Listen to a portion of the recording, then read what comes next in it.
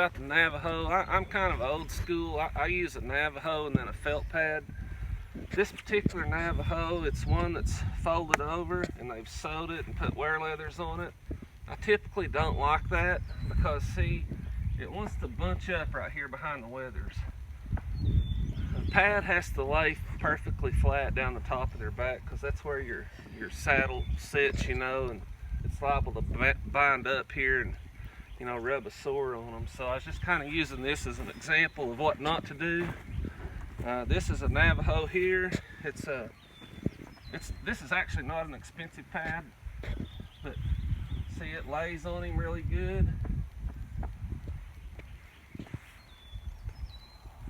I'm real peculiar about my pads. I want them to lay on their back really good. This is a little 5-star pad that we bought.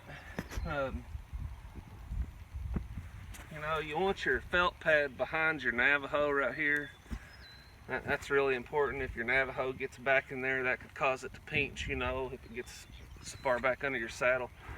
Felt pads and Navajos, the one thing that really matters is this felt pad has to be soft.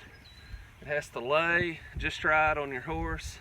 It can't be stiff. A lot of these people, I see them, they throw a pad on the horse and it sits up there like a cardboard box on top.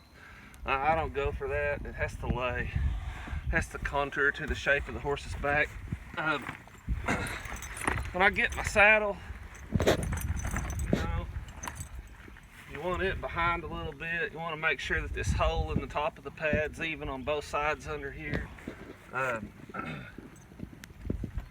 But again, this saddle sets down really good. It doesn't rock up. I don't like to throw my girths off, just flop them off. I'm afraid they'll bang my horse in the knee. I just don't like taking chances that way. I'm real peculiar about my horses. Come back to the other side. So I want to show you when we girth this horse up, you know, how the saddle acts.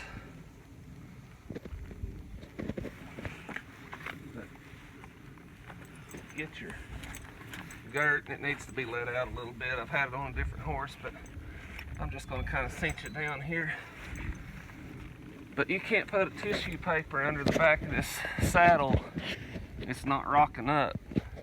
You don't want a saddle that rocks up in the back. And see, I can get my hand under here. It's not hitting him in the withers. A lot of people tend to saddle their horse with their saddle too far forward, and that kind of puts pressure on the top of these shoulder blades here. Your saddle goes right behind the shoulder blades. But anyway, I got to adjust my girths. All right.